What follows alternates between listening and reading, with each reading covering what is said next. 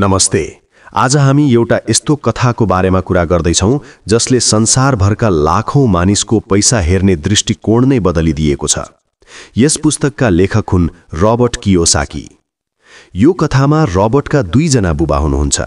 एकजना उनका आफ्नै बुबा जो निकै पढे लेखेका र पीएचडी होल्डर हुनुहुन्थ्यो, तर विडम्बना उहाँ जीवनभर आर्थिक अभावसँग जुधिरहनुभयो, त्यसैले रबर्ट उहाँलाई गरीब बुबा भन्थे। अर्का बुबा जो खासमा रबर्टका मिल्ने साथी माइकका बुबा थिए, उनी धेरै पढे लेखेका त थिएनन्, तर उनीसँग पैसाको यस्तो जादुमय ज्ञान थियो कि उनी शहरकै सबैभन्दा धनी व्यक्ति बन्न सफल भए। रबर्टले उनलाई धनी बुबा भनेर सम्बोधन गर्थे। अब प्रश्न उठ्छ, एउटै व्यक्तिका दुईजना बुबा कसरी सम्भव छ र यी दुईका विचारमा आकाश जमिनको फरक कसरी भयो? धनी बुबाको पहिलो मन्त्र नै यही थियो, पैसाको पछि नदौड, बरु पैसालाई आफ्नो पछि दौडाऊ। रोबर्टका आफ्नै बुबा सधैँ भन्थे, बाबु मन लगाएर पढ, राम्रो जागिर खा, अनि मात्र तेरो भविष्य सुरक्षित हुन्छ। तर उनका धनी बुबा अर्कै कुरा सिकाउँथे।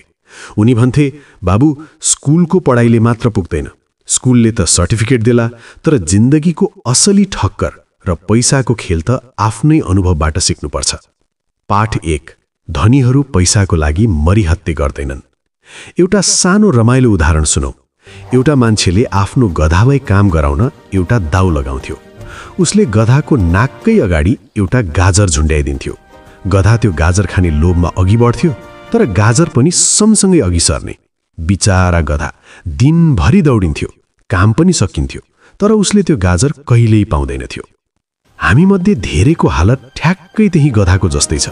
हामी सोच्छौँ अलि धेरै पैसा कमाए त धनी भइन्थ्यो कि, तर वास्तविकतामा हामी पैसाको दास बनिरहेका हुन्छौँ। धनी बुबाको पहिलो मन्त्र नै यही थियो, पैसाको पछि नदौड, बरु पैसालाई आफ्नो पछि दौडाऊ। हामी किन जागिरमा मरिहत्ते गर्छौँ त? यसका दुईवटा कारण छन्, डर र लोभ। पहिलो कुरा डर, पैसा सकियो भने के गर्ने, भोकै परिने हो कि भन्ने डरले हामीलाई बिहानै काममा जान बाध्य बनाउँछ। दोस्रो कुरा लोभ, पैसा आएपछि नयाँ लुगा किनौला, ठुलो फोन किनौला, घुम्न जाउँला भन्ने लोभ। यही डर र लोभको चक्करमा परेर हामी एउटा यस्तो जालमा फस्छौँ जसलाई धनी बुबा ऱ्याट रेस भन्नुहुन्थ्यो। जति धेरै कमायो उति नै धेरै खर्च बढ्छ, अनि फेरि त्यही खर्च टार्न झन धेरै काम गर्नुपर्छ। यो कहिल्यै नसकिने चक्र हो। यदि तपाईँ पनि महिना मरेपछि तलब आइहाल्छ नि भनेर मात्रै काममा जानुहुन्छ भने तपाईँ कहिल्यै धनी बन्न सक्नुहुन्न। त्यो तलबले त तपाईँको ऋण र बिलहरू तिर्नै ठिक्क हुन्छ, अनि फेरि अर्को महिना उही तनाव। अब साँचो कुरा गरौँ, आफ्नो हालतको जिम्मेवार तपाईँ आफै हो, अरू कसैलाई दोष दिएर केही हुनेवाला छैन। धनी बन्ने हो भने सबैभन्दा पहिले आफ्नो मनबाट यो डर निकाल्नुपर्छ। सधैँ मनको आवेगमा आएर होइन, दिमाग लगाएर निर्णय लिनुहोस्। हामी प्राय के सोच्छौँ, मेरो मालिकले मलाई थोरै पैसा दियो, ट्याक्स धेरै काटियो, महँगी बढ्यो। तर धनी बुबा भन्नुहुन्थ्यो, जबसम्म तिमी अरूलाई दोष दिन्छौ तिमी कहिल्यै अघि बढ्न सक्दैनौ। जब तिमी आफ्नो समस्याको भारी आफै बोक्न तयार हुन्छौ तब मात्र समाधान निस्किन्छ। रोबर्टले यो कुरा सानैमा सिके। धनी बुबाले उनलाई एउटा पसलमा सित्तैमा काम गर्न लगाउनु भयो, एक पैसा पनि नपाइने। तर त्यही क्रममा रोबर्टले एउटा आइडिया निकाले। पसलमा काम नलाग्ने भनेर फालिएका पुराना कमिक्सका किताबहरू उनले जम्मा गरे र एउटा सानो लाइब्रेरी खोले। उनले अरू केटाकेटीबाट पैसा लिएर ती किताब पढ्न दिन थाले। हेर्नुहोस् त, रोबर्ट त्यहाँ आफै बस्नु पर्दैन थियो। उनले माइककी बहिनीलाई काममा राखेका थिए। उनले काम नगरे पनि पैसा आइरह्यो। यहाँ उनले पैसाको लागि काम गरेनन्, बरु आफ्नो बुद्धि प्रयोग गरेर पैसालाई आफ्नो लागि काम गराए। यही हो धनी बन्ने पहिलो खुड्किलो। च्याप्टर 2, किन सिक्ने त? आर्थिक साक्षरता, फाइनान्शियल लिटरेसी। एउटा रमाइलो तर अलि डरलाग्दो घटनाबाट सुरु गरौँ। सन् 1923मा शिकागोको एउटा ठूलो होटलमा संसारकै सबैभन्दा धनी र शक्तिशाली मान्छेहरूको एउटा मिटिङ भएको थियो। त्यहाँ स्टिल कम्पनीका मालिकदेखि ठूला ठूला ब्याङ्कका प्रेसिडेन्टहरू सहभागी थिए। तर अचम्मको कुरा के भयो थाहा छ? त्यो मिटिङ भएको 25 वर्षपछि तीमध्ये धेरै जसोले गरिबीको कारण ज्यान गुमाए। कसैले आत्महत्या गरे त कोही पागल भए। यसबाट हामीले के बुझ्ने? मान्छेहरू पैसा कमाउन त रात दिन मरिमेट्छन्, तर त्यो पैसा कमाएको पैसालाई कसरी जोगाउने र कसरी टिकाउने भन्ने कुरा सिक्नै बिर्सिन्छन्। तपाईले कति पैसा कमाउनुहुन्छ त्यो ठूलो कुरा होइन, बरु कमाएको पैसालाई कसरी परिचालन गर्नुहुन्छ त्यो चाहिँ मुख्य कुरा हो। लाखौंको चिट्टा पर्ने मान्छेहरू 2-4 वर्षमै फेरि मगन्ते हुन्छन्, किनकि उनीहरूसँग पैसा कमाउने भाग्य त भयो, तर पैसा व्यवस्थापन गर्ने बुद्धि भएन। जग बलियो कि घर? यदि तपाईलाई न्युयोर्कको त्यो गगनचुम्बी एम्पायर स्टेट बिल्डिङ जत्रो महल बनाउनु छ भने पहिले जमिन मुनि उत्तिकै गहिरो खाडल खनेर बलियो जग हाल्नुपर्छ। तर हामी मध्ये धेरैले गर्ने गल्ती के हो भने हामी जग चाहिँ 6 इन्चको हाल्छौं अनि महल चाहिँ बुर्ज खलिफा जत्रो ठड्याउन खोज्छौं। नतिजा एकैछिनमा महल गलर्याम गुर्लुम ढल्छ। रबर्टका गरिब बुवा भन्नुहुन्थ्यो, बाबु धेरै पढ, स्कुलमा टप गर। तर धनी बुवा भन्नुहुन्थ्यो, बाबु स्कुलको सर्टिफिकेटले मात्र पुग्दैन, आर्थिक रूपमा साक्षर बन। स्कुलले हामीलाई घर बनाउन त सिकाउँछ, तर त्यो घर अडिने बलियो जग हाल्न सिकाउँदैन। एसेट्स र लायबिलिटिजको फरक। धनी बन्ने एउटै मात्र र सबैभन्दा सजिलो मन्त्र छ, एसेट्स र लायबिलिटिज बीचको फरक बुझ्नुहोस् र जति सकिन्छ एसेट्स मात्र किन्नुहोस्।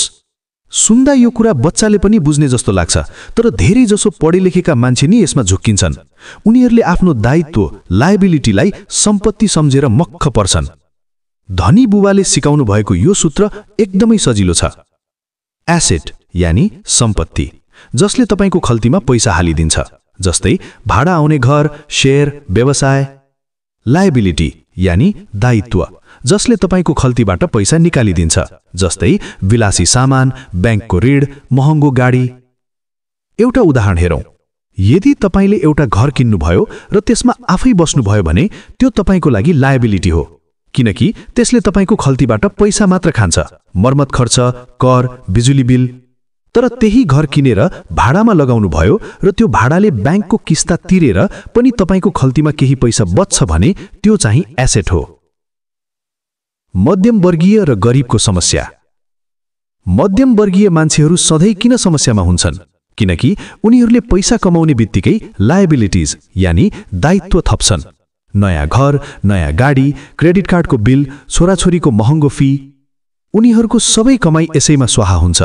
यसलाई भनिन्छ आफ्नो कमाई भन्दा बढी खर्चको भारी बोक्नु। गरिब मान्छेको त झन् कुरै नगरौं।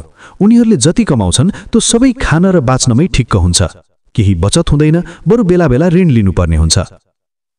तर धनीहरूले के गर्छन्? धनीहरूले सुरुमा आफ्नो पैसा एसेट्समा लगाउँछन्। उनीहरू आफ्नो दिमाग प्रयोग गर्छन्। मानौ एउटा धनी मान्छेले बैंकबाट ऋण लिएर घर किन्छ। यदि बैंकको किस्ता महिनाको 1 लाख छ भने उसले त्यो घरबाट 2 लाख भाडा उठाउने गरी लगानी गर्छ। 1 लाख बैंकलाई जान्छ, 1 लाख उसको खल्तीमा बस्छ। यसरी उसले बिना कुनै कडा शारीरिक मेहनत गरी पैसाबाट पैसा बनाउँछ। अन्त्यमा धनी बुवा र गरिब बुवा बीचको फरक मात्र यति हो, एकजना पैसाको लागि काम गर्थे, अर्को चाहिँ पैसालाई आफ्नो लागि काम गराउँथे। सबै कुरा तपाईको सोच र पैसा खर्च गर्ने शैलीमा भर पर्छ। भाग 3, मुसाको दौड र भ्रमको खेती। कुरा धेरै अघिको होइन। सन् 1960 तिरका केटाकेटीलाई ठूलो भएर के बन्ने भनेर सोध्दा सबैको एउटै जवाफ हुन्थ्यो, डाक्टर बन्ने। किनकि त्यतिबेला सबैको दिमागमा एउटै कुरा हालिएको थियो, धेरै पढेपछि धेरै पैसा कमाइन्छ। तर आज हेर्नुस् त, त्यही डाक्टर पढ्ने कतिपय मान्छेहरू पैसाकै लागि दिनरात छटपटाइरहेका छन्, संघर्ष गरिरहेका छन्। उनीहरूलाई अझै पनि लाग्छ कि धेरै पैसा कमाएपछि सबै दुःख सकिन्छ, तर वास्तविकता त्यस्तो छैन। आजभोलिका केटाकेटी धेरै बाठा छन्। उनीहरू डाक्टर मात्र होइन, ठूला खेलाडी, स्टार वा सीईओ बन्न चाहन्छन्, किनकि उनीहरूले बुझिसके स्कुलको नम्बर र सर्टिफिकेटले मात्र जिन्दगीको दौड जित्न सकिँदैन। आज धेरैको जिन्दगी एउटा डरलाग्दो सपना जस्तो भएको छ। मध्यमवर्गीयको एउटै कथा, कमाई बढ्यो, खर्च झन बढ्यो। भर्खरै बिहे गरेको एउटा जोडीलाई हेर्नुस्, दुवैजना जागिरे छन्, दुवैको तलब आउँछ। उनीहरू सोध्छन्, लौ अब त हाम्रो कमाई दोब्बर भयो। अब उनीहरू सानो डेरा छोडेर ठूलो घरको सपना देख्न थाल्छन्। करियर बनाउने नाममा उनीहरू दिनरात काममा घोटिन्छन्। तर समस्या कहाँ सुरु हुन्छ थाहा छ? जब मान्छेले पैसाको ज्ञान नलिई धेरै पैसा कमाउन थाल्छ, उसको खर्च गर्ने बानी झन खराब हुन्छ। जति धेरै कमाइयो उति नै धेरै खर्च गर्ने भूत सवार हुन्छ। नयाँ घर लियो, घरसँगै महँगो ट्याक्स थपियो। नयाँ गाडी लियो, गाडीसँगै महँगो पेट्रोल र किस्ता थपियो। फर्निचर, सरसामान, पार्टी भन्दा भन्दै उनीहरूको खल्ती रित्तो हुन थाल्छ। अनि मान्छेहरू सोध्छन्, म किन धनी हुन सकिनँ? उनीहरूलाई लाग्छ कि पैसा कम भएर यस्तो भएको हो। तर समस्या पैसाको कमी होइन, समस्या त पैसा कसरी चलाउने भन्ने बुद्धिको कमी हो। एउटा उखान छ नि, जब तपाईँ गहिरो खाडलमा पर्नुहुन्छ पहिले खन्न बन्द गर्नुहोस्। तर हामी त झन गहिरो खाडल खन्दै जान्छौँ। भिडको पछि लाग्ने कि ऐना हेर्ने? मान्छेहरू भिडमा बोल्न किन डराउँछन्? किनकि उनीहरूलाई अरूले के भन्लान् भन्ने डर हुन्छ। सबैले जे गरेका छन् मैले पनि त्यही गर्नुपर्छ भन्ने एउटा नराम्रो रोग हामीलाई लागेको छ। छिमेकीले ठूलो घर किन्यो, मलाई पनि चाहियो। साथीको बडुवा भयो, उसले कार किन्यो, मलाई पनि चाहियो। तर यो होडबाजीले हामीलाई कतै पुर्याउँदैन। धनी बुबाले एउटा जापानी भनाइ सुनाउनुहुन्थ्यो, मान्छेसँग 3वटा शक्ति हुन्छ, तरबार, हतियार, रत्न, पैसा र ऐना, आत्मज्ञान। ऐना सबैभन्दा शक्तिशाली छ।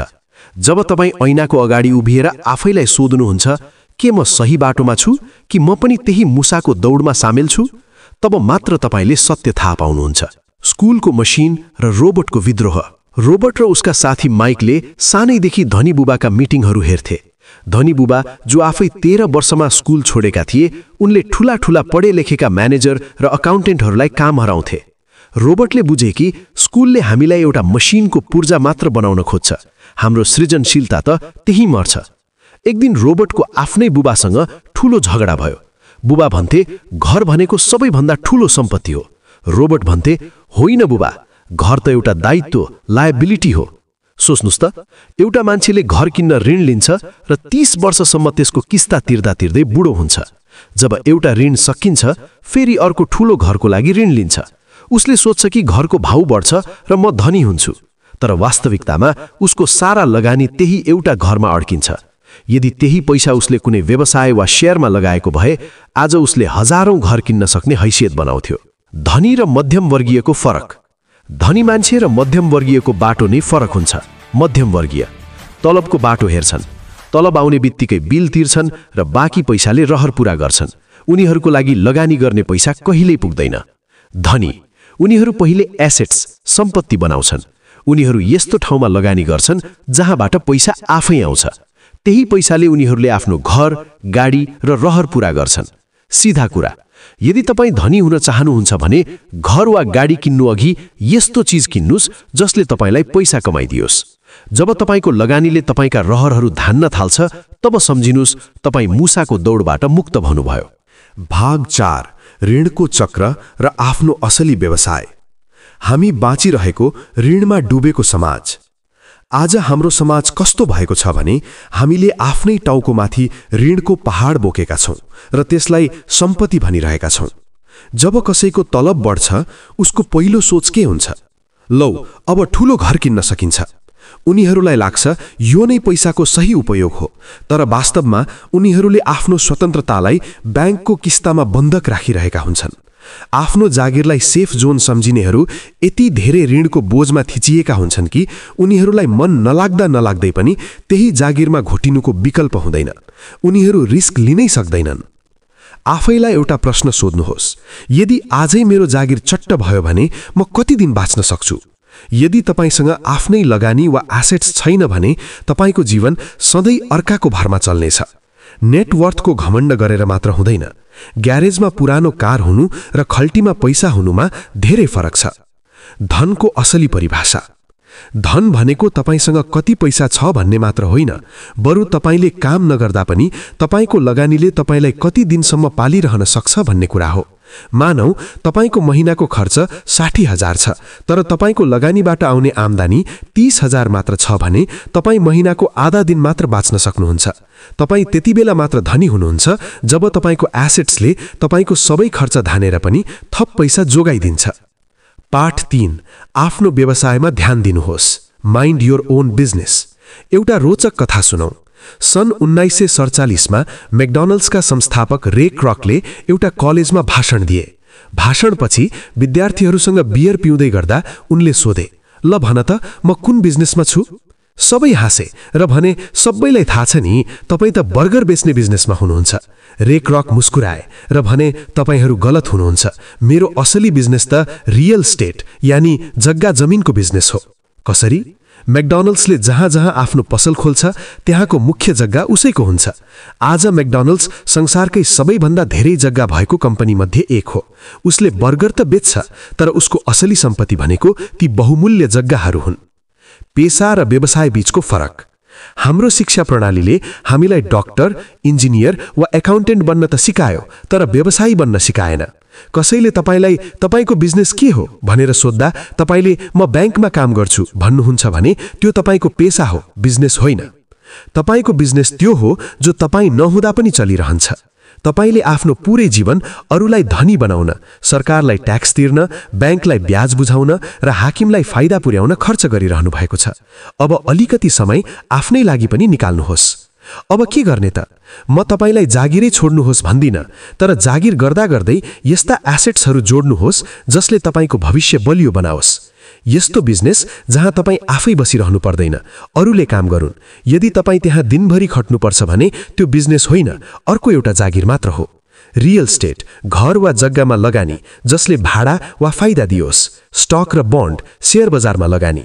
धेरै मानिसहरू नयाँ कार किन्छन् र त्यसलाई सम्पत्ति ठान्छन्, तर याद राख्नुहोस्, सोरुमबाट कार बाहिर निकालेको बित्तिकै त्यसको मूल्य 25% घटिसकेको हुन्छ। त्यो सम्पत्ति होइन, सेतो हात्ती हो। निष्कर्ष, पैसालाई आफ्नो गुलाम बनाउनुहोस्, मालिक होइन।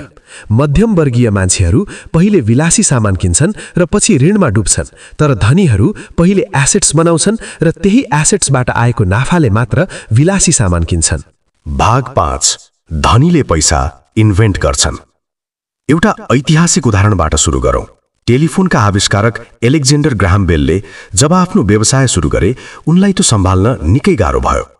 उनले आफ्नो पेटेन्ट र सानो कम्पनीलाई तत्कालीन ठूलो कम्पनी वेस्टर्न युनियनलाई $1,00,000 बेच्न खोजे, तर वेस्टर्न युनियनका मालिकले यो त महँगो भयो भनेर ठाडै अस्वीकार गरिदिए। नतिजा के भयो? पछि त्यही पेटेन्टबाट AT&T जस्तो अर्बौंको कम्पनी जन्मियो।